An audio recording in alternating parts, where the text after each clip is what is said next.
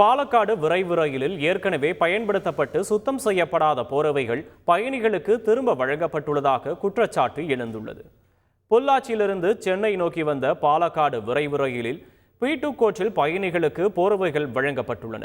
அப்போது ஏற்கனவே பயன்படுத்தப்பட்டு சுத்தம் செய்யப்படாத போர்வைகள் தங்களுக்கு வழங்கப்பட்டதாக பயணிகள் குற்றம் சாட்டினர். போர்வையில் தலைமுடி ஒட்டு இருந்ததாக கூறியதை தொடர்ந்து ரயில்வே ஊழியர்கள் போர்வையை மாற்றி வழங்கினர். இதுகுறித்து ஊழியரிடம் கேட்டபோது தினசரி இதுபோன்ற பிரச்சனைகள் எழும் என கூறியதாக தெரிவிக்கப்பட்டுள்ளது. பிளாங்கெட் வந்துட்டு நியூ ஒன் சொல்லி எடுத்தாங்க. எடுத்து பார்த்தா ஃபுல்லாக டஸ்ட் அண்ட் டெப்ரிஸாக இருக்குது. முடி எடுக்க வேண்டாம், அப்படி பாருங்க.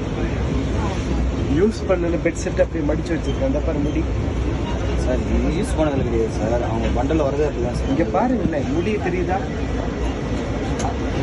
யூஸ்டு இதை வந்து கொடுக்குறீங்களே, இது சரியா? அது ரயில்வே பண்றது சரியா? எல்லாத்தையும் விரிச்சு பார்த்தா முடியா இருக்குது.